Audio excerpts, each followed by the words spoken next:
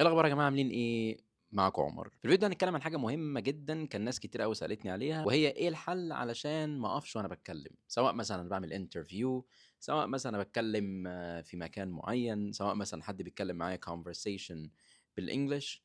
انا مشكلتي ان انا بقف اعمل ايه؟ طيب ممكن مثلا بقف علشان الكلام بيخلص مني، او الكلام مثلا انا بقوله في دماغي خلاص خلص، انا مش عارف اقول ايه تاني، حتى برضو وانا بتكلم بلغتي الاساسيه. يعني ممكن ساعات علشان بكون ما عنديش confidence او ثقه ان انا اتكلم لحسن مثلا اللي قدامي يتريق عليا ولا حاجه. مثلا ممكن يكون عندي مثلا مشكله في اللغه عامه، فطبعا ما بقدرش ان انا اجمع الكلام وبحتاج ان انا افكر. او طبعا المشكله الشهيره جدا، ممكن ان أنا اكون بفكر بالعربي قبل ما احول الكلام للانجليزي في دماغي. طبعا كل المشاكل دي يندرج تحتها ازاي ما توقفش وانت بتتكلم، ازاي تتكلم وتخلي المحادثه تستمر وما توقفش، ما تبطلش كلام صح، وترد على اي سؤال وتفهم اي حد. اكتشفت انا بقى عندي مشكله كبيره جدا، يعني المشكله دي بصراحه مش قادر ان انا ما اقولهاش للناس. اكتشفت ان انا عندي عدد كبير من الناس اللي بيشوفوا الفيديوهات مش عامل اصلا سبسكرايب ولا لايك ولا فولو ولا اي بتنجان. ايه يا معلم؟ في إيه يا معلم؟ ما تعمل يا معلم سبسكرايب يا معلم، ما تعمل يا معلم ده حتى بلاش يعني. طيب ازاي بقى ما تعطلش وانت بتتكلم، وازاي ان انت تفضل مستمر في الكلام من غير ما يحصل اي مشكله او مثلا تقف فجاه؟ اولا ما تفكرش كتير. في ناس بتقعد تفكر كتير قوي، بتدي الموضوع اكبر من حجمه. انا بعمل انترفيو فانا عمال افكر في كل حاجه انا بقولها بالانجلش،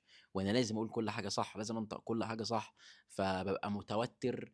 وبيؤدي هذا الموضوع ان انا طبعا ما اكملش المحادثه، او ان انا اقف علشان انا بفكر في اللي انا عايز اقوله، ويعني التفكير بتاعي بطيء، فانا لسه ما لقيتش الكلام فوقفت. اعمل ايه بقى؟ فالحل لهذا الموضوع يا معلم ان انت ما تفكرش في اي حاجه، انت تتكلم عادي طبيعي جدا جدا جدا، حتى لو حاسس ان انت هتغلط عادي جدا، بس اهم حاجه اللي قدامك يعرف ويحس ان انت واثق من نفسك تماما. فلو انت اتكلمت بثقه وحاولت ان انت توصل بس وجهه نظرك من غير ما تقعد ان انت مثلا تجيب كلمه من هنا وكلمه من هنا وتقلق شويه وتخاف، هتلاقي الموضوع ماشي معاك بمنتهى السلاسه. لازم لازم للمرة التالتة تسأل أسئلة وأنت بتتكلم. من أكتر الحاجات اللي ممكن تخلي أي conversation في الدنيا أو أي محادثة في الدنيا إنها تستمر، هو إن أنت تسأل في المحادثة، إن أنت تتكلم. يعني مثلا أنت بتتكلم معايا في موضوع ما، فأنا مثلا سألتك طب أنت مثلا إيه رأيك في الموضوع ده؟ طب والله ده أنا عايز أجرب كذا كذا، إيه رأيك؟ طب أنت مثلا عملت كذا قبل كده؟ طب أنت رحت هناك قبل كده؟ طب أنت شفت كذا قبل كده؟ لو أنت مثلا في انترفيو حد مثلا قال لك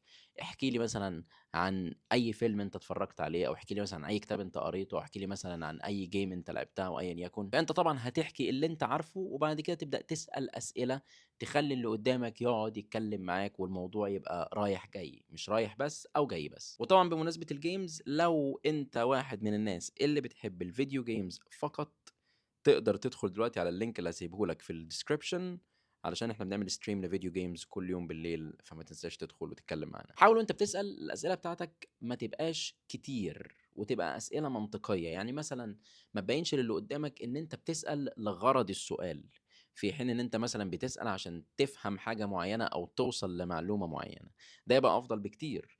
مش انا بسأل وخلاص علشان بس اخلي الكلام يستمر وخلاص، لا، انت حاول بس تسأل سؤال مهم أو سؤال منطقي، بحيث اللي قدامك يقدر يرد عليك ويبقى في تفاعل بينكم. فلو انت برضو بتتكلم وسألت حبة أسئلة كده وحسيت ان الكلام ماشي تمام والدنيا ما فيهاش اي مشكلة، حاول ان انت بقى خلاص ما تقولش اصلا الأسئلة خلصت من عندي، فانا اقول مثلا انا مش عارف، اقول مثلا I don't know، او اقول مثلا والله ما اعرفش انت بتتكلم على ايه، او اقول مثلا خلاص انا مش عارف اقول ايه. لا، مفيش حاجة اسمها كده.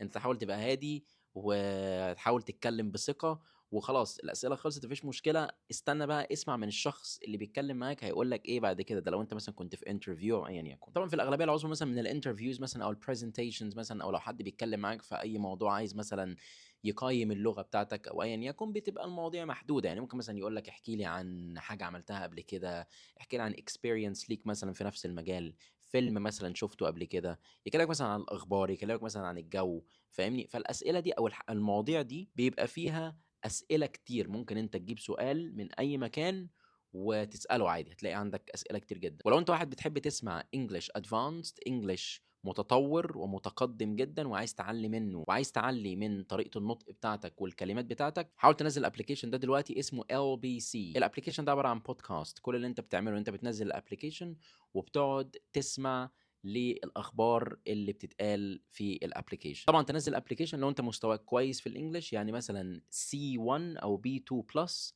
علشان تقدر تفهم، لإن ده يعني بيستخدموا فيه مصطلحات صعبة شوية، وبيتكلموا بشكل طبيعي، يعني ما فيش سهولة في الموضوع. في ناس برضه كانت سألتني قبل كده، هو لو أنا في interview هل فعلًا مسموح لي إن أنا أسأل الinterviewer أسئلة؟ آه طبعًا عادي جدًا، ما فيش أي مشكلة خالص. تقدر بمنتهى البساطة تسأل الinterviewer زي ما أنت عايز في نطاق الموضوع، وتتأكد إن الأسئلة بتاعتك منطقية ومش كتير أو أسئلة على الفاضي والمليان. وبس كده، ده كان فيديو بسيط للناس اللي هي بتقطّع في الكلام، أو الناس اللي بتقول لك أنا الكلام عندي خلص ومش عارف أقول إيه. فلو أنت كنت واحد من الناس دول وشُفت الفيديو للآخر، ما تنساش تعمل لايك وسبسكرايب وتسيب لي comment دلوقتي حالًا أنت بتتمرّن إزاي عشان تحل المشكلة اللي عندك. وطبعًا لو عندك أي سؤال كالعادة لازم تسيبه لي في الcomment عشان نعمل عليه الفيديو الجاي، وأشوفكم في فيديو جديد.